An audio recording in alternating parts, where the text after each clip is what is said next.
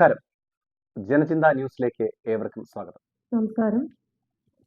V are members of Samasrishti. Samasrishti എന്ന് പറയുന്നത് ഒരു all Kerala federation of animal welfare organisations ആണ്. ഞാൻ അതിൻ്റെ സെക്രട്ടറിയാണ്, പ്രീതി ശ്രീവത്സൻ. പിന്നെ ഇവിടെ നിന്ന് വന്നിട്ടുള്ളത് CFA ട്രിവാൻഡ്രത്തിൻ്റെ റെപ്രസെൻറ്റേറ്റീവ്സ് ആണ്, ലത ഇന്ദിര ആൻഡ് ശ്രീദേവി കർത്ത. പിന്നെ Vivek Viswanathan representing WEFA, Thrissur based organization. പിന്നെ നമ്മുടെ state animal welfare board member Maria Jacob. ഇത്രയും പേരാണ് ഇന്ന് ഇവിടെ വന്നിട്ടുള്ളത്. മിനിസ്റ്ററിൻ്റെ MB രാജേഷ് മിനിസ്റ്ററിൻ്റെ ഒരു സ്റ്റേറ്റ്മെൻറ്റ് ഉണ്ടായിരുന്നു, മറ്റേ അഗ്രസീവ് ഡോഗ്സിനെ കൊല്ലണം എന്ന് പറഞ്ഞിട്ടുള്ളൊരു. അപ്പോൾ അതിൻ്റെ ബേസിസിലാണ് ഇനി പ്രസ് കോൺഫറൻസ് ഇവിടെ വിളിച്ചിട്ടുള്ളത്. നേരത്തെ ഈ ഡോഗ് ബൈറ്റ്സിൻ്റെ കേസ് പറഞ്ഞിട്ടുണ്ടായിരുന്നു. അപ്പോൾ നമ്മുടെ മെഡിക്കൽ കോളേജിൽ, ജില്ലാ ഹോസ്പിറ്റലിലൊക്കെ പോയി കഴിഞ്ഞാൽ ക്ലിയർ ആയിട്ടുള്ള റെക്കോർഡ്സ് മെയിൻറ്റെയിൻ ചെയ്യുന്നില്ല എന്നുള്ളതാണ് പറഞ്ഞത്. അതായത് ഇപ്പോൾ എല്ലാ ബൈറ്റ്സും സ്ട്രേ ഡോഗിൻ്റെ ഹെഡിലാണ് ഇപ്പോൾ എഴുതി പോകുന്നത്. ശരിക്കും പറഞ്ഞാൽ അത് ഒരുപാട് കാറ്റഗറീസ് അതിൻ്റെ സെപ്പറേഷൻസ് വേണം. ഇവിടെ നീർനായ കടിച്ചിട്ട് പോലും അത് സ്ട്രേ ഡോഗിൻ്റെ ഒരു ഹെഡിങ്ങിലാണ് അവർ ഇട്ട് വെക്കുന്നത്. അപ്പോൾ അത് ശരിക്കും അനലൈസ് ചെയ്യണം എന്നുണ്ടെങ്കിൽ, കൃത്യമായിട്ട് ഇതിനുള്ള പരിഹാരം കാണണം എന്നുണ്ടെങ്കിൽ എത്ര ശതമാനമാണ്, എത്രയാണ് ശരിക്കും സ്ട്രേ ഡോഗിൻ്റെ ബൈറ്റ്സ് എന്നുള്ളത് കറക്റ്റ് ആയിട്ടുള്ള ഡോക്യുമെന്റേഷൻ വേണം. അതിൽ പെറ്റ് ഡോഗ്സ്, മങ്കീസ്, ക്യാറ്റ്സ്, ഇങ്ങനത്തെ പല കാര്യങ്ങളുണ്ട്. അതെല്ലാം സെപ്പറേറ്റ് ആയിട്ട് റെക്കോർഡ്സ് മെയിൻറ്റെയിൻ ചെയ്താൽ മാത്രമേ ഇതിനൊരു പരിഹാരം കാണാൻ പറ്റുള്ളൂ. പിന്നെ വേറൊരു കാര്യം പറയാനുള്ളത്, dog breeding and marketing rules പറഞ്ഞിട്ട് സെൻട്രൽ ഗവൺമെന്റ് 2017 ഇറക്കിയൊരു റൂളുണ്ട്. അത് മറ്റുള്ള സംസ്ഥാനങ്ങളിലെല്ലാം അത് ഇംപ്ലിമെന്റ് ചെയ്തിട്ടുണ്ട്. പക്ഷേ കേരളത്തിൽ മാത്രം അത് ഇതുവരെ ഇംപ്ലിമെന്റ് ചെയ്തിട്ടില്ല. അത് 2017 ഇറങ്ങിയതാണ്. അപ്പോൾ ഇപ്പോഴും നമ്മുടെ സിസ്റ്റം എങ്ങനെയാണെന്ന് വെച്ചാൽ ഇല്ലീഗൽ ആയിട്ടുള്ള ഇൻസെസെന്റ് ബ്രീഡിങ്, അതായത് ബാക്ക് യാർഡ് ബ്രീഡിങ് എന്ന് പറയും. അപ്പോൾ എല്ലാവരുടെയും, ഇപ്പോൾ എൻ്റെ വീട്ടിലൊരു ലാബ് ഉണ്ട്, അപ്പുറത്തെ ആളുടെ വീട്ടിലൊരു ലാബ് ഉണ്ട്, അത് രണ്ടും തമ്മിൽ ക്രോസ് ചെയ്തു പപ്പീസിനെ ഒരു 2 months മുന്നേ 1 month ഓഫ് ഏജിലൊക്കെ അത് വിൽക്കുന്നു. അപ്പോൾ അതിന് എന്തെങ്കിലും അസുഖങ്ങൾ ഉണ്ടെങ്കിൽ പോലും ആ സ്റ്റേജിൽ അറിയില്ല. ആ ഡോഗ് ഒന്ന് വളർന്ന് ഒരു 6-7 months അല്ലെങ്കിൽ 1 year ആകുമ്പോഴായിരിക്കും സ്കിൻ ഇഷ്യൂസ്, അങ്ങനത്തെ പല പ്രശ്നങ്ങൾ കാണുന്നത്. അങ്ങനത്തെ കേസസിനെ പിന്നെ റോഡിലേക്ക് വലിച്ചെറിയാണ് ചെയ്യുന്നത്.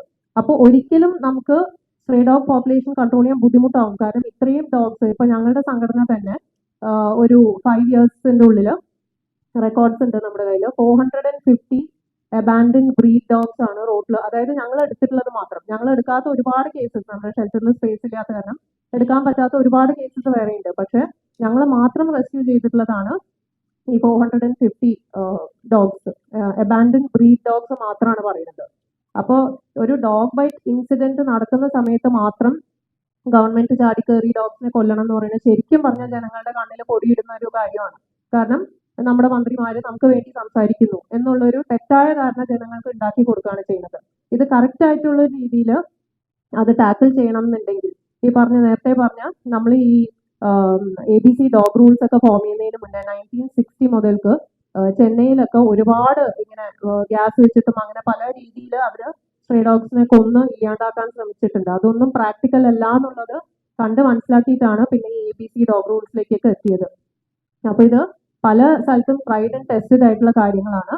സയന്റിഫിക് ആയിട്ടുള്ള ഒരു ബേസിസിൽ വേണം ഈ പ്രോബ്ലം ടാക്കിൾ ചെയ്യാൻ. അല്ലാണ്ട് ഹ്യൂമൻ ലൈഫ്സ് ഇമ്പോർട്ടൻ്റ് അല്ല എന്നുള്ളത് നമ്മൾ ഒരിക്കലും പറയുന്നില്ല. Human lifes are important. പക്ഷെ അതിൻ്റെ കൂടെ തന്നെ സയന്റിഫിക് ആയിട്ട് പ്രൂവൺ ആയിട്ടുള്ള മെത്തേഡ്സ് യൂസ് ചെയ്തിട്ട് വേണം ഈ സിറ്റുവേഷൻ ടാക്കിൾ ചെയ്യാനായിട്ട്. ഇതിന് സൊല്യൂഷൻസ് എന്ന് പറഞ്ഞിട്ടുണ്ടെങ്കിൽ ABC റൂൾ ഇംപ്ലിമെന്റ് ചെയ്യുക എന്നുള്ളത് മാത്രമേ ഉള്ളൂ ആക്ച്വലി. സോ ABC റൂൾ 2001 മുതലേ ഇവിടെ നിലവിലുള്ളതാണ് ഇന്ത്യയിൽ. സോ ബാക്കിയുള്ള എല്ലാ സംസ്ഥാനങ്ങളും സക്സസ്ഫുള്ളി അത് ചെയ്തുകൊണ്ടിരിക്കുകയാണ്. ബാക്കിയുള്ള സംസ്ഥാനങ്ങളാണെങ്കിൽ ഒരു 80% ഡോഗ്സിനെ അവർ വന്ധ്യീകരിച്ചു കഴിഞ്ഞു. വാക്സിനേഷൻ നടക്കുന്നുണ്ട്.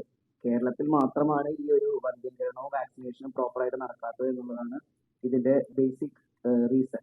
ഈ ഒരു കാരണം കൊണ്ട് മാത്രമാണ് ഈ ഡോഗ്സ് അഗ്രസീവ് ആവുന്നതും ഈ റാബീസ് കേസസ് റിപ്പോർട്ട് ചെയ്യപ്പെടുന്നതും ഈ ഒരു കാരണം കൊണ്ട് മാത്രമാണ്.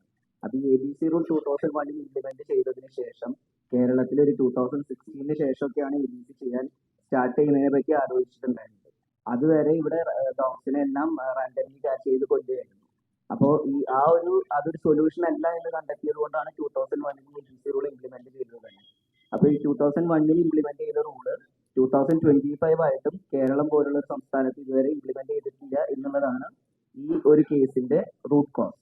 അപ്പൊ അത് ഇംപ്ലിമെന്റ് ചെയ്യുന്നതിന് പകരം ആ റൂളിലുള്ള പ്രശ്നങ്ങൾ അല്ലെങ്കിൽ അതിലുള്ള ബാരിയേഴ്സ് അല്ലെങ്കിൽ അവർക്ക് ഇംപ്ലിമെന്റ് ചെയ്യാൻ പറ്റാത്ത കുറെ കാര്യങ്ങൾ മാത്രം പറഞ്ഞുകൊണ്ട് അത് നടക്കില്ല, വേറെ എന്തെങ്കിലും മാർഗങ്ങളിലൂടെ ഇതിനൊരു സൊല്യൂഷൻ കണ്ടെത്തണം എന്നുള്ളതാണ് സ്റ്റേറ്റ് ഓഫ് കേരളയുടെ തീരുമാനവും.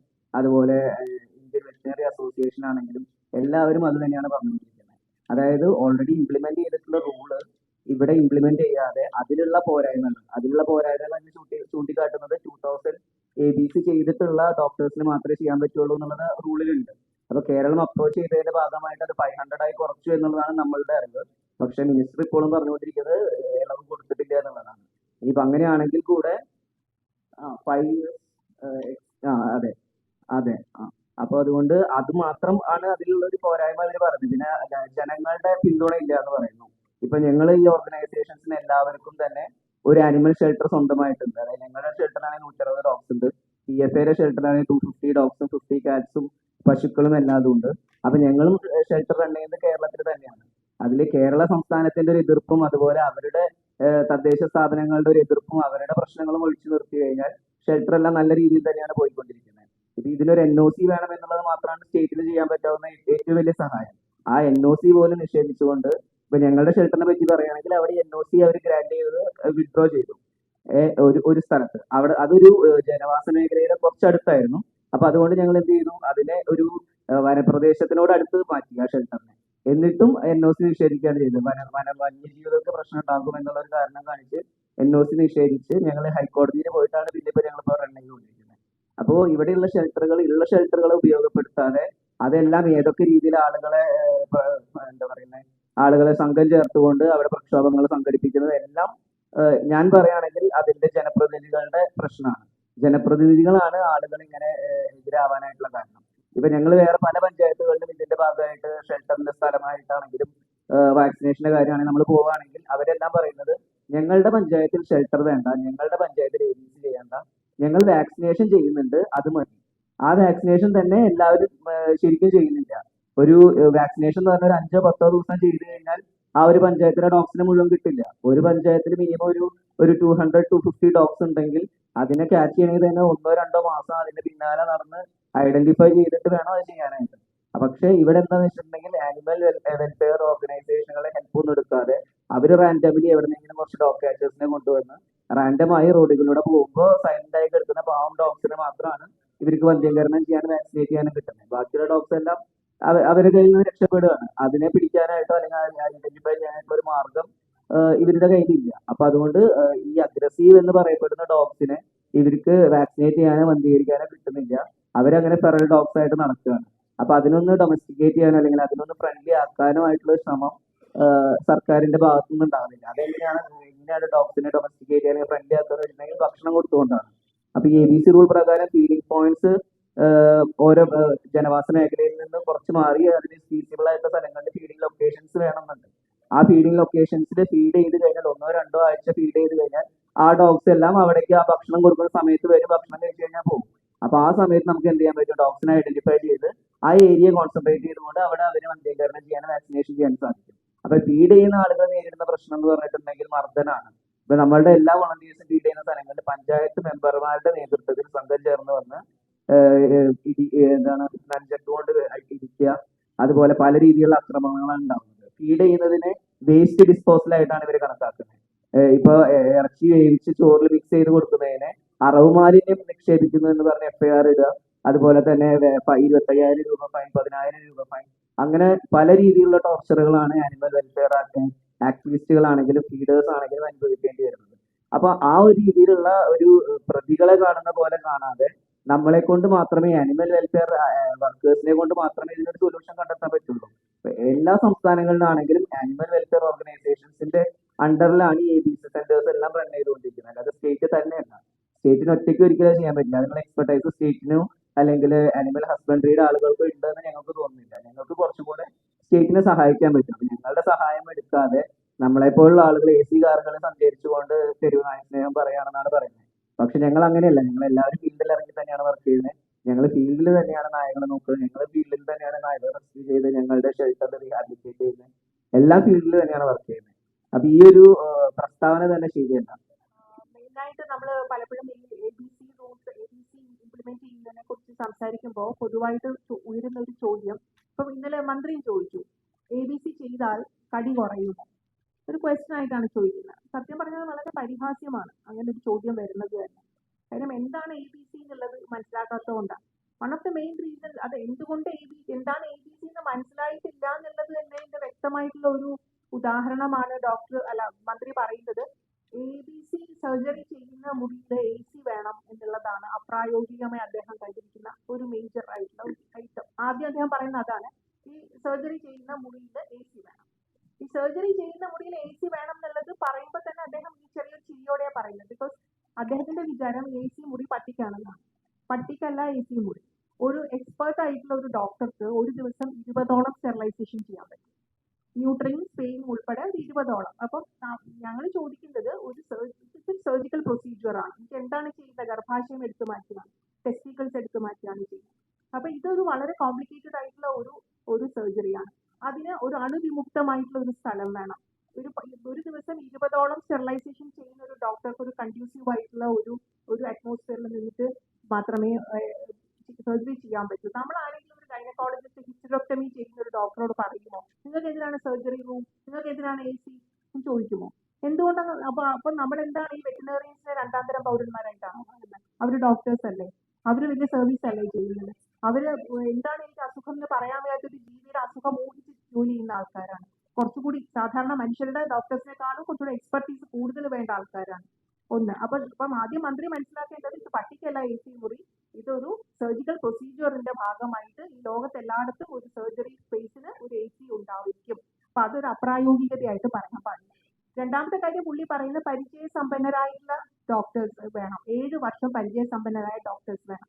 2001 ഇന്ത്യയിൽ വിവേക് പറഞ്ഞവർ ABC ഇംപ്ലിമെന്റ് ചെയ്യുന്നത്. ഇന്നിപ്പോ 2025 24 വർഷം ആയിട്ട് ഇന്ത്യയിൽ ABC നടത്തണം എന്നാണ്. ഇപ്പൊ 24 വർഷമായിട്ട് നമുക്കൊരു 7 വർഷം പ്രാക്ടീസ് ഉള്ള ഒരു ഡോക്ടറെ കിട്ടില്ലേ കേരളത്തിൽ?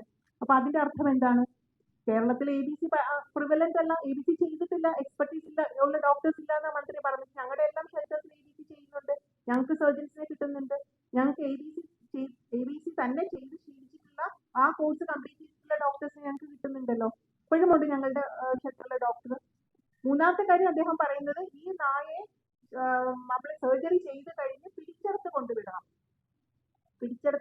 എന്ന് പറയുന്നത് വളരെ സയന്റിഫിക് ആയിട്ടുള്ള ഒരു സ്റ്റഡിയുടെ ഭാഗമാണ്. ഒരു നായ അത് പരിചയിച്ചിരിക്കുന്ന ഒരു ഇടമുണ്ട്. അവിടെ അതിന് എവിടെ ഭക്ഷണം കിട്ടും, എവിടെ വെള്ളം കിട്ടും, എവിടെ പോയി കിടന്ന സമാധാനമായിട്ട് ഉറങ്ങാൻ പറ്റും എന്ന് തിരിച്ചറിയുന്ന ഒരു നായയെ അവിടെ തന്നെയാണ് ഒരു സർജറി ഇത്രയും ഒരു കോംപ്ലിക്കേറ്റഡ് സർജറി കഴിഞ്ഞാൽ കൊണ്ടുവിടേണ്ടത്. അല്ലാതെ വേറെ ഏതെങ്കിലും ഒരു സ്ഥലത്തല്ല, ഒരു കാട്ടിന് നടുവിലല്ല. ബിജു പ്രഭാകരൻ എന്ന് പറഞ്ഞ IAS ഉദ്യോഗസ്ഥൻ പറയുന്നു, പുലിക്ക് കൊടുക്കണം എന്ന് നായെ.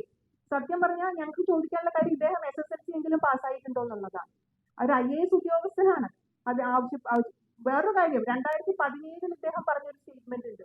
2017 ചിറ്റിലപ്പള്ളിയുടെ നേതൃത്വത്തിൽ പന്തലിൽ കെട്ടി ഒരു സമ്മേളനം നടന്നു. അന്ന് മെഡിക്കൽ കോർപ്പറേഷന്റെ ഡയറക്ടർ ആയിരുന്നു മിസ്റ്റർ ബിജു പ്രഭാകരൻ. അന്ന് അദ്ദേഹം പറഞ്ഞൊരു കാര്യം എന്താണെന്ന് വെച്ചാൽ, ഞങ്ങളെ പോലുള്ള പ്രവർത്തകരെല്ലാം വാക്സിൻ ലോബിയുടെ ഭാഗമായിട്ട് വാക്സിൻ ലോബിയിൽ പൈസ വാങ്ങിച്ചിട്ടാണ് ഇതെല്ലാം ചെയ്യുന്നത്. ഇതുകൊണ്ട് തെരുവ് നായ്ക്കളെ സംരക്ഷിക്കണം എന്ന് പറയുന്നു. അത് വാക്സിൻ ലോബി ഞങ്ങളെ സപ്പോർട്ട് ചെയ്യുന്നതുകൊണ്ടാണ്, ഞങ്ങൾ കോടിക്കണക്കിന് രൂപ മേടിച്ചിട്ടാണ് ഇത് ചെയ്യുന്നതെന്നാണ്.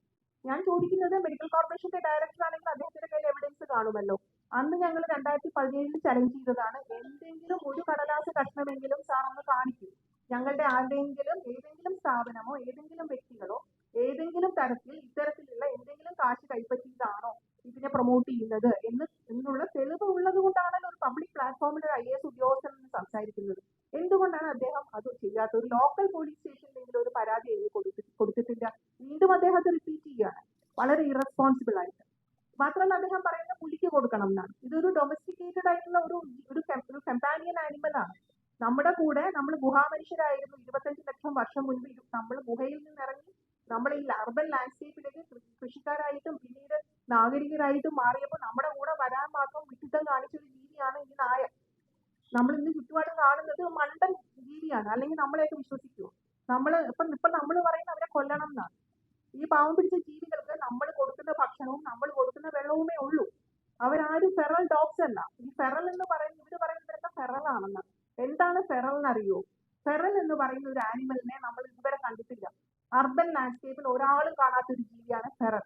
ബിക്കോസ് ഫെറൽ എന്നത് കാട്ടുനായയാണ്. അത് ഒറ്റയ്ക്ക് ഒരിക്കലും ഒരിടത്തും പ്രത്യക്ഷപ്പെടില്ല. അതൊരു ഹണ്ട് ഇൻ പാക്സ്. അങ്ങനെ ഒരു ഗ്രൂപ്പ് ഓഫ് നായ്ക്കൾ ഉണ്ടെങ്കിൽ നമ്മൾ ആരും ഇവിടെ ഇരിക്കില്ല. അവർ ഈക്വലി ഫെറോഷ്യസ് ആയിട്ട് ഒരു കടുവയെ പോലെയോ പുലിയെ പോലെയോ ഫെറോഷ്യസ് ആണ്. അർബൻ ലാൻഡ്സ്കേപ്പിൽ ഫെറൽ ഇല്ല. കൂടാതെ നമ്മൾ മനസ്സിലാക്കേണ്ട കാര്യം, ഈ കാണുന്ന നായ്ക്കൾ ഉള്ളത് കൊണ്ടാണ് ഫെറൽസ് വരാത്തത്. ഈ കൂട്ടമായിട്ടുള്ള നമ്മുടെ നാടൻ നായ്ക്കൾ ഉള്ള സ്ഥലത്ത് കാട്ടിനകത്തുള്ള കാട്ടുനായ്ക്കളെ തടസ്സപ്പെടുത്തും. ഇവരുടെ ടെറിട്ടറി ഇവര് ഡിഫെൻഡ് ചെയ്യും. അതുകൊണ്ടാണ് നമ്മളൊക്കെ ഇന്ന് ഇത്രയെങ്കിലും സമാധാനത്തിൽ ജീവിക്കുന്നത്. ഫെറൽസ് ഇറങ്ങുമ്പോൾ നോക്കാം, അവർ ഫെറൽസിനെ നമുക്ക് വാക്സിനേറ്റ് ചെയ്യാനോ അവരെ പിടിച്ച് സ്റ്റെറിലൈസ് ചെയ്യാനോ ഒന്നും നടക്കില്ല. പുലിയും കടുവയൊക്കെ പിടിച്ച് വാക്സിനേറ്റ് ചെയ്യാമെന്ന് പറയുന്ന പോലെ ഇരിക്കുവാണ്. നാലാമത്തെ കാര്യം വിവേക് പറഞ്ഞത് തന്നെയാണ്, ആനിമൽ ഷെൽട്ടേഴ്സിന് ആരും സ്പേസ് തരുന്നില്ല. ഞങ്ങളെല്ലാം PFA തന്നെ 25 വർഷമായിട്ട് ഒരു ആനിമൽ ഷെൽട്ടർ നടത്തുന്നുണ്ട്. കേരളത്തിലെ ആദ്യത്തെ ആനിമൽ ഷെൽട്ടറാണ്. ഞങ്ങൾ ഓരോരുത്തരും വർഷങ്ങളായിട്ട് പല പ്രദേശങ്ങളിൽ നമ്മൾ ഷെൽട്ടേഴ്സ് നടത്തുന്നുണ്ട്.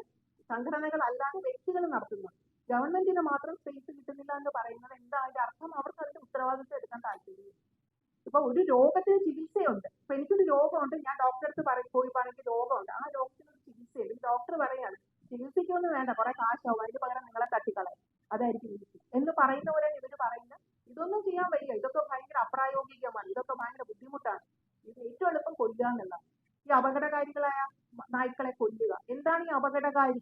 കഴിഞ്ഞ പ്രാവശ്യം സുപ്രീം കോടതിയിൽ ചെന്നപ്പോൾ 2024 ഈ കഥയും പറഞ്ഞുകൊണ്ട് നമ്മുടെ ഗവൺമെന്റ് പോയി അപകടകാരികളായ നായ്ക്കളെ കൊല്ലാൻ അനുവദിക്കണം. സുപ്രീം കോടതി ചോദിച്ചത് എന്താണ് ഇതിന്റെ ഡെഫിനിഷൻ, എന്താണ് ഈ അപകടകാരി എന്ന് പറഞ്ഞാൽ? എന്നോട് അപകടകാരിയായി എനിക്ക് അപ്പിയർ ചെയ്യുന്ന ഒരു ഡോഗ് അടുത്ത 10 പേരോട് ഫ്രണ്ട്ലി ആയിരിക്കും. അപകടകാരിയും ഒരു ആനിമൽ ഇല്ല എന്നുള്ളതാണ് ഒന്നാമത്തെ കാര്യം. Nothing called habitual killer. അങ്ങനെ ഡെഫമേറ്റീവ് ടേംസ് ഉപയോഗിക്കരുത് എന്നുള്ളത് ഒരു നിയമമാണ്. പക്ഷെ നമ്മുടെ നിങ്ങളെല്ലാം മാധ്യമ സുഹൃത്തുക്കളാണ്. നിങ്ങൾ എല്ലാവരും തന്നെ നായ്ക്കളെ കുറിച്ച് പറയുമ്പോൾ നിങ്ങൾ അത്യന്തം ഡിഫമേറ്ററി ആയിട്ടാണ് ഉപയോഗിക്കുന്നത് വാക്കുകൾ. നായ്ക്കലി, എന്താണ് കാട്ടിൽ നിന്ന് ഇറങ്ങുന്ന ഭീതി, അങ്ങനെയൊക്കെ പാനിക് ക്രിയേറ്റ് ചെയ്യാണ് മാധ്യമങ്ങൾ. പാനിക് ക്രിയേറ്റ് ചെയ്തത് എന്നുള്ളതിന്റെ അടിസ്ഥാനമായിട്ട് നിങ്ങളുടെ ഒരു സമൂഹത്തിനിടയിൽ ഒരു പാനിക് ക്രിയേറ്റ് ചെയ്യാതിരിക്കുന്നത്. അതിന് പകരം ഏറ്റവും നിയമവിരുദ്ധമായിട്ടുള്ള കാര്യങ്ങളാണ് വാക്കുകളെ കൊണ്ട് നിങ്ങൾ പ്രയോഗിക്കുന്നത്. ഈ അപകടകാരി എന്താണെന്നുള്ളത് സുപ്രീം കോടതി ചോദിച്ചിട്ട് അതിന്റെ ആൻസർ ഇല്ലാത്തതുകൊണ്ടാണ് ആ കടലാസ് ചുരുട്ടി കൊണ്ടുപോയിക്കോളാൻ പറഞ്ഞത്. കാര്യം സുപ്രീം കോടതി പറഞ്ഞത് കൃത്യമായിട്ട് നിങ്ങൾ ABC നടപ്പിലാക്കിയിട്ട് വരൂ. നിങ്ങൾ എത്ര ശതമാനം ABC ഇവിടെ ചെയ്ത ശേഷം പിന്നെയും ഈ വൻതോതിൽ കടി നടക്കുന്നെങ്കിൽ അപ്പോഴാണ് ആലോചിക്കേണ്ടത്. നിങ്ങൾ ചെയ്യേണ്ട കാര്യങ്ങളൊന്നും ചെയ്യുന്നില്ല. നിങ്ങൾ വിശ്വസിക്കില്ല പറഞ്ഞാൽ, ഒരു പഞ്ചായത്ത് പ്രസിഡന്റ് എന്നെ ഫോൺ ചെയ്തു, ഒരു സ്ത്രീയാണ്, ഞാൻ ഏത് പഞ്ചായത്ത് ഞാൻ പറയുന്നില്ല, അതിന്റെ ഇഗ്നോറൻസിന്റെ അങ്ങേയറ്റം ഞാൻ പറയുകയാണ്. അവരെന്നോട് പറഞ്ഞു, ഞങ്ങളുടെ പഞ്ചായത്തിൽ കുറെ നായ്ക്കളുണ്ട്, ഭയങ്കര ബുദ്ധിമുട്ടാണ്, എന്തെങ്കിലും ചെയ്യാൻ പറ്റുമോ, നിങ്ങളുടെ സംഘടനയ്ക്ക് നായ്ക്കളെ പിടിച്ചുകൊണ്ട് പോകാൻ പറ്റുമോ? ഞാൻ ചോദിച്ചോടെ ABC ചെയ്യുന്നുണ്ടോ മാഡം? കുറച്ചു നേരം പുള്ളിക്കാരി ഇങ്ങനെ ആലോചിച്ചിട്ട് പറഞ്ഞു, അവിടെ 2 അംഗൻവാടി ഉണ്ട്, അവിടെ ഇംഗ്ലീഷ് പഠിപ്പിക്കുന്നുണ്ട്. ABC എന്ന് പറയുന്നത് എന്തോ ഒരു പദ്ധതിയാണെന്നാണ്, ചെറിയ കുട്ടികളെ ഇംഗ്ലീഷ് പഠിക്കാനുള്ള ഒരു പദ്ധതിയാണ് ABC എന്നാണ് ആ മാഡം വിചാരിച്ചു വെച്ചിരിക്കുന്നത്. അത്ര മാത്രമേ ബോധമുള്ളൂ നമ്മുടെ പഞ്ചായത്ത് തദ്ദേശ സ്വയംഭരണ സ്ഥാപന മേധാവികൾക്ക്. ഇവർക്കെല്ലാം എന്തുകൊണ്ട് ഒരു അവയർനെസ് ക്യാമ്പയിനെങ്കിലും ഒരു ചില പോലെയുള്ള ഏജൻസി ഉണ്ടല്ലോ, എന്തുകൊണ്ട് കൊടുക്കുന്നില്ല? ഞങ്ങളൊക്കെ എത്രയോ വർഷമായിട്ട് ഇതിന്റെ മേഖലയിൽ പ്രവർത്തിക്കുന്നു. ഞങ്ങൾക്ക് പറയാനുള്ള കാര്യങ്ങൾ എന്തുകൊണ്ട് ഒരു സദസ്സ് തന്നെ കേൾക്കുന്നില്ല ഈ പറഞ്ഞ ആൾക്കാർ? കാരണം ഞങ്ങളെല്ലാം ഇത് ഡീൽ ചെയ്യുന്ന ആൾക്കാരാണ്. ഞങ്ങളെല്ലാം ദിവസവും ഈ നായ്ക്കളെയും സ്ട്രെയിഞ്ച് ആനിമൽസിനെയൊക്കെ കൈകാര്യം ചെയ്യുന്ന മനുഷ്യരാണ്. So we know very well that എന്തുകൊണ്ട് അവരങ്ങനെ ബിഹേവ് ചെയ്തു, എന്താണ് ട്രിഗർ പോയിന്റ്സ്, എന്താണ് ഒരു ജീവി കടിക്കുന്നതിന് ട്രിഗർ പോയിന്റ്സ് എന്താ? ആ ട്രിഗർ പോയിന്റ്സിന്റെ പ്രൈമറി സോഴ്സിനെയാണ് ABC കട്ട് ചെയ്യുന്നത്. 3 പ്രധാനപ്പെട്ട കാര്യങ്ങളാണ് ട്രിഗർ ചെയ്യുന്നത്. ഒന്ന്, മേറ്റ് ചെയ്യാനുള്ള അർജ്. ഒരു ജീവിക്ക് മേറ്റ് ചെയ്യാനുള്ള താല്പര്യം വരുന്നു, ഒരു പ്രത്യേക സീസൺസിൽ വരുന്നു, അതിന്റെ ഭാഗമായിട്ട് ടെസ്റ്റോസ്റ്ററോൺ ലെവൽസ് കൂടുന്നു ബ്ലഡിൽ, അതിന്റെ ഭാഗമായിട്ട് എക്സ്പാൻഡഡ് ആയിട്ടുള്ള അഗ്രഷൻ കാണിക്കുന്നു. എന്നുവെച്ചാൽ ഇണയെ കിട്ടുന്നില്ല, അല്ലെങ്കിൽ ഇണയ്ക്ക് വേണ്ടി വഴക്കുണ്ടാക്കുന്നു, വാശി പിടിക്കുന്നു, അത് കിട്ടുന്നില്ല. കിട്ടാതെ വരുമ്പോൾ ആ അഗ്രഷൻ മറ്റുള്ളവരോട് കാണിക്കുന്നു. അതൊന്ന്. 2, മെറ്റേണൽ ആയിട്ടുള്ള ഇൻസ്റ്റിങ്സ്. ഒരു അമ്മ പ്രസവിക്കുന്നു, കുഞ്ഞുങ്ങളുണ്ട്, കുഞ്ഞുങ്ങളെ കരുതും. നമ്മൾ നമ്മുടെ കുഞ്ഞുങ്ങളെ കരുതുന്ന പോലെ എല്ലാ മൃഗങ്ങളും, എല്ലാ നായ്ക്കളും, എല്ലാ ജീവജാലങ്ങളും സ്വന്തം കുഞ്ഞുങ്ങളെ കരുതും. അപ്പോൾ സ്വന്തം കുഞ്ഞുങ്ങളെ ഉപദ്രവിക്കാനായിട്ട് ഹ്യൂമൻ ബീങ്സ് ചുറ്റും വരുമ്പോൾ രണ്ടാമത്തെ കടിയുടെ ട്രിഗറാണ്. മൂന്നാമത്തേത് ടെറിട്ടോറിയൽ എക്സ്പാൻഷന്റെ ഭാഗമായിട്ട് ടെറിട്ടോറിയൽ ഡിഫൻസ് ആണ്. ഈ ടെറിട്ടോറിയൽ ഡിഫൻസ് എന്ന് പറയുന്നത് ഈ സാമ്രാജ്യം വികസിപ്പിക്കുക എന്ന് പറയുന്നത് മനുഷ്യന് മാത്രമുള്ള ദുശീലമല്ല. അത് ശരിക്കും എല്ലാ ജീവജാലങ്ങൾക്കും തങ്ങളുടെ ടെറിട്ടറി എക്സ്പാൻഡ് ചെയ്യണം എന്നുള്ള താല്പര്യമുണ്ട്. എന്തുകൊണ്ട്? അവർക്ക് ഓപ്ഷൻസ് ഉള്ളതുകൊണ്ട്. അപ്പൊ നമുക്കും അതാണല്ലോ. അപ്പൊ നമുക്ക്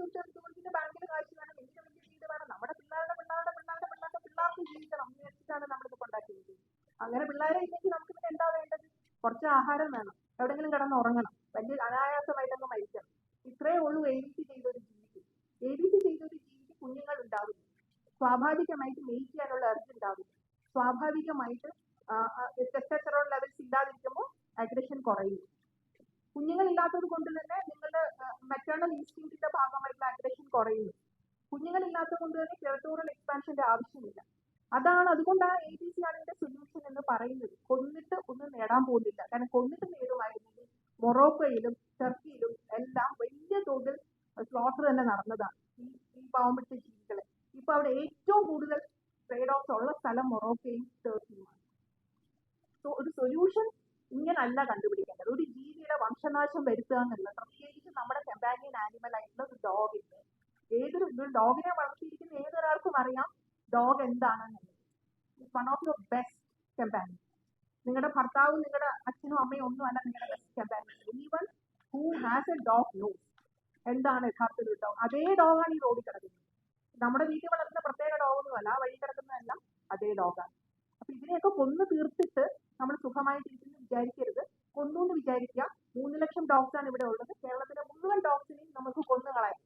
അതോടുകൂടി കാര്യം കഴിയുമോ? അതോടുകൂടി നമ്മൾ വിജയിച്ചോ? നമ്മൾ സ്വർഗ സമാനമായിട്ട് നമ്മൾ ജീവിക്കുമോ? ഇല്ല. നമ്മുടെ തൊട്ടപ്പുറത്ത് തമിഴ്നാട്ടിൽ നിന്നും കർണാടകത്തിൽ നിന്നും ഗോവയിൽ നിന്നും ഒക്കെ അടുത്ത സെറ്റ് വരും. കാര്യം എവിടെ ഒരു സ്പേസ് വരുന്നോ അവിടെ വന്ന് ഫില്ല് ചെയ്യുക എന്നുള്ളത് പ്രകൃതി നിയമമാണ്.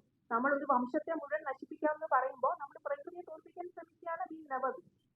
നമ്മുടെ മുമ്പിൽ ഒരു പ്രോബ്ലം ഉണ്ടെങ്കിൽ അത് സോൾവ് ചെയ്യാൻ നേരം നമ്മൾ ആദ്യം ആലോചിക്കുന്ന അതിന്റെ റൂട്ട്സ് എവിടെയാണ്, അതിന്റെ വേരുകൾ എവിടെയാണ്, അത് എവിടെയാണ് ആ പ്രോബ്ലം സ്റ്റാർട്ട് ചെയ്യുന്നത്, അതാണ് നമ്മൾ ആദ്യം ചിന്തിക്കുന്നത്. നമ്മളിപ്പം ഈ തെരുവ് നായ്ക്കളുടെ വിഷയം നോക്കുകയാണെങ്കിൽ ഈ തെരുവ് നായ്ക്കളെല്ലാം തെരുവിൽ ജനിച്ചതാണോ? അല്ല. തെരുവ് നായ്ക്കൾ വളരെ കുറച്ച് പേരേ ഉള്ളൂ തെരുവിൽ ജനിക്കുന്നത്. നമ്മൾ പണ്ട് മുതലേ, അതായത് ഒരു 2010 കൂടുതൽ സമയവും നമ്മൾ കില്ലിംഗ് ആയിരുന്നു ചെയ്തുകൊണ്ടിരുന്നത്. ഗവൺമെന്റ് ആയിട്ട് കില്ലിംഗ് ചെയ്യുന്നത് കുറെ നേരത്തെ നിർത്തിയെങ്കിലും റാൻഡം കില്ലിംഗ് ഇഷ്ടം പോലെ ഇപ്പോഴും ഉണ്ട്. പക്ഷെ അവിടങ്ങളിലൊന്നും ഈ പ്രോബ്ലം സോൾവ് ആയിട്ടില്ല എന്നുള്ളതാണ് നമ്മൾ കാണുന്നത്. കാരണം നേരത്തെ പറഞ്ഞു തന്നെയാണ്, വേറെ സ്ഥലങ്ങളിൽ നിന്നും ഡോഗ്സ് ഇങ്ങോട്ട് വരും. അത് മാത്രമല്ല, എവിടുന്നാണ് ഇത് ഒറിജിനേറ്റ് ചെയ്യുന്നത്? നമ്മുടെ റോഡിൽ കാണുന്ന നായ്ക്കളിൽ ഒരു 50% താഴെ റോഡിൽ ജനിക്കുന്നുള്ളൂ. ബാക്കി മുഴുവനും നമ്മളുടെ മാന്യരായിട്ടുള്ള ആൾക്കാർ വളർത്തിയ ശേഷം റോഡിലേക്ക് എറിഞ്ഞു കളയുന്ന ഡോഗ്സ് ആണ്. അത് മാത്രമല്ല,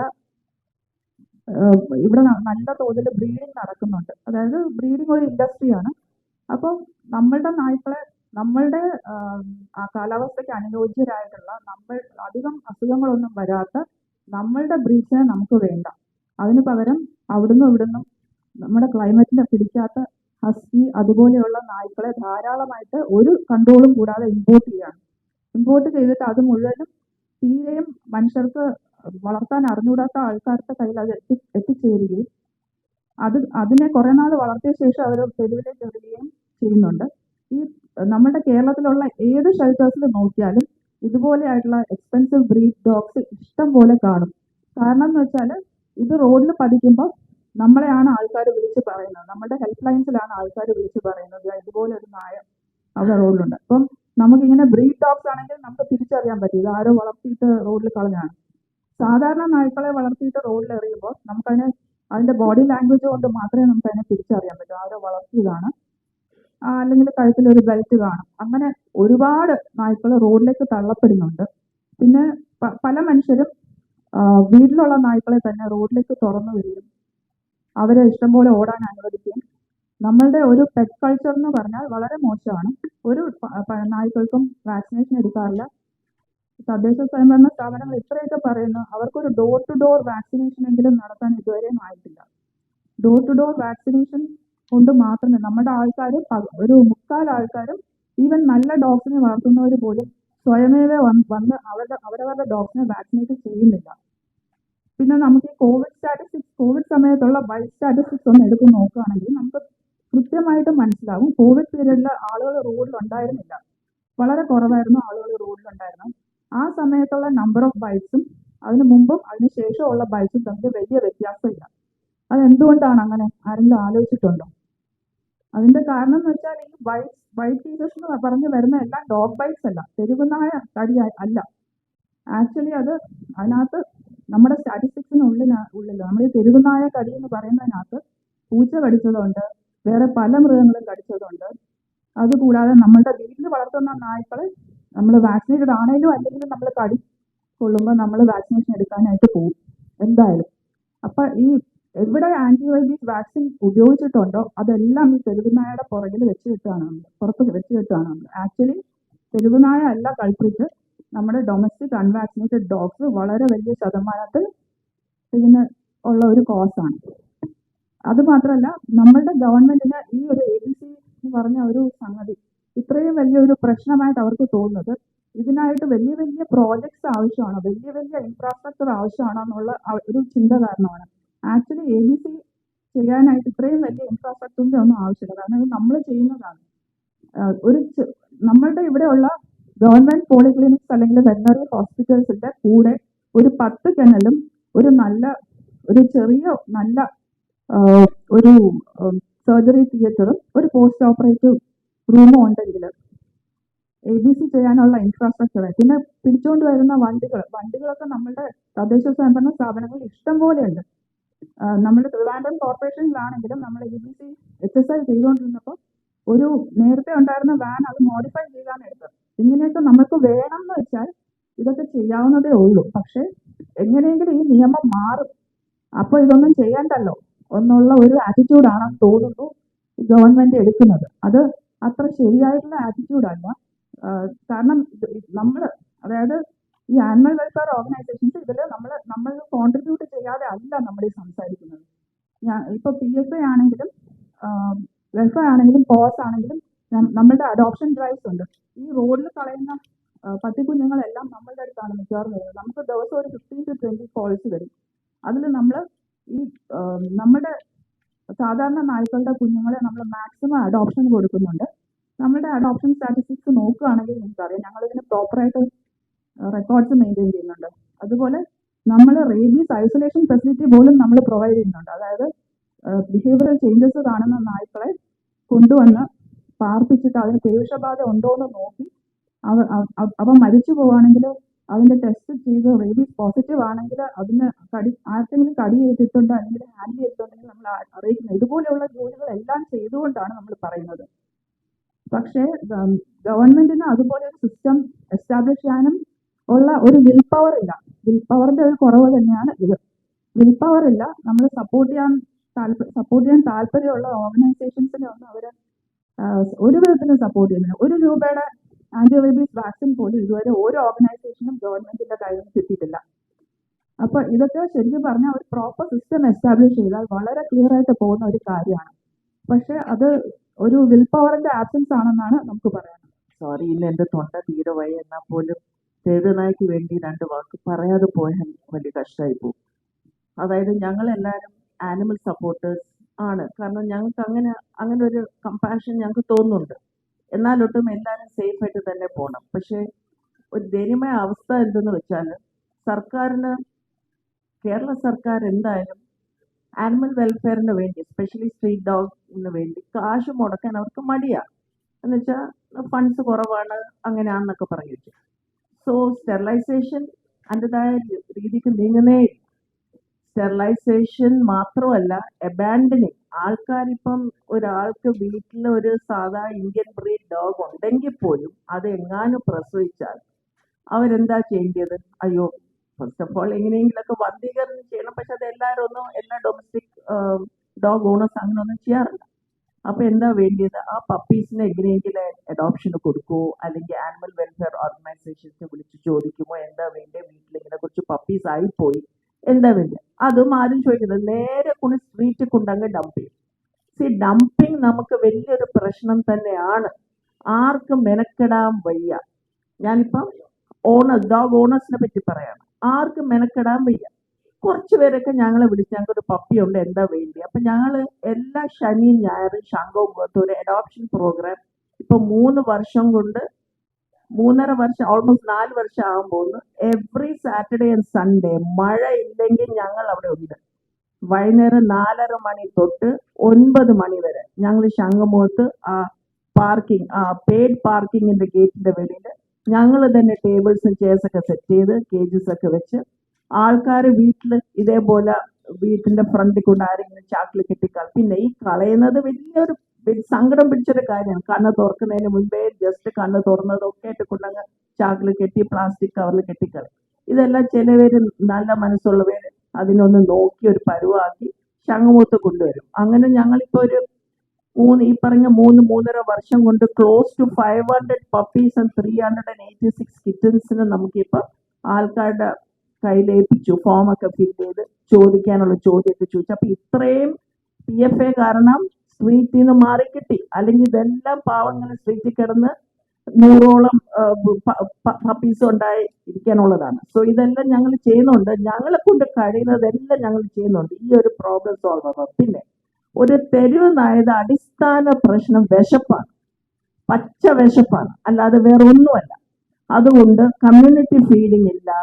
അഥവാ കുറച്ച് ഫീഡേഴ്സ് ഉണ്ടെങ്കിൽ അവർ പേടിച്ചും വിറച്ചാണ് അവർ ഫീഡിങ് ചെയ്യുന്നത്. ഒത്തിരി പേടിച്ചിട്ടാണ്. കാരണം ആൾക്കാർ അവരെ വിരട്ടി ഓടിക്കും. ഒത്തിരിയും ഞങ്ങൾ വഴക്കും കാര്യങ്ങളൊക്കെ സെറ്റിൽ ചെയ്യാൻ പോയിട്ടുണ്ട്. തെരുവ് നായ ഫീഡിങ് ചെയ്താൽ അവരെ ഫീഡിങ് ചെയ്യുന്ന ആൾക്കാരോട് അവർ വാർമപ്പ് ചെയ്യും. പിന്നെ അവരെ വന്ധീകരണ വാക്സിനേഷൻ പിടിക്കാൻ വേണ്ടി സർക്കാരിന് തന്നെ ഇവരെ ഫീഡേഴ്സിനെ യൂസ് ചെയ്യാം. Calcium for sterilisation vaccination. അടിസ്ഥാന പ്രശ്നം അവർക്ക് വിശപ്പാണ്. പിന്നെ അത് എല്ലാവരും മനസ്സിലാക്കണം. വിശപ്പ് നമുക്ക് എല്ലാവർക്കും ഒരുപോലെ അനുഭവിക്കുന്നതാണ്. അപ്പൊ അവര് നായെന്നും പറയും, നമ്മൾ അവരെ ചവിട്ടി ഓടിച്ച് അടിച്ച് പാര കമ്പി വെച്ച് അടിച്ചും തല്ലി. അപ്പൊ മനുഷ്യരെ കാണുമ്പോൾ അവർക്ക് പേടിയാണ്. പിന്നെ ഞാൻ നോട്ട് ചെയ്തിട്ടുണ്ട്, പിള്ളേർക്ക് ഈ ആക്രമം ഉണ്ടാവുന്നത് എനിക്ക് തോന്നുന്നു അതൊരു ഹങ്കറിന്റെ ഒരു പാൻസ് ആണ്. കാരണം പിള്ളേരുടെ പുറത്ത് എപ്പോഴും ഫുഡിന്റെ മണം കാണാം. അത് ബിസ്ക്കറ്റോ പഫ്സോ ബണ്ണോ എന്തെങ്കിലും കഴിച്ചിട്ടുള്ള മണം കാണാം. അപ്പൊ ഇവരൊക്കെ ഏകദേശം സെയിം ഹൈറ്റ് അല്ലേ. അപ്പം വിശപ്പ് കാരണമാണ് മിക്ക ഈ ബൈറ്റ്സ് ഉണ്ടാവുന്നത്. സോ നമ്മൾ ആദ്യം ഫീഡിങ് ചെയ്ത് അതൊരു കൾച്ചറാക്കി മാറ്റണം. ചെന്നൈയിലൊക്കെ അതൊരു കൾച്ചറാണ്, ബോംബെയിലൊക്കെ അവര് ഫീഡ് ചെയ്യുമ്പോൾ അവരെല്ലാത്തിനും വാക്സിനേഷൻ സ്റ്റെറിലൈസേഷൻ എളുപ്പമാവും. അവർ ഉള്ളതും കഴിച്ച് കാമൻ ക്വയറ്റായിട്ട് ഇരിക്കും. Okay, thank you.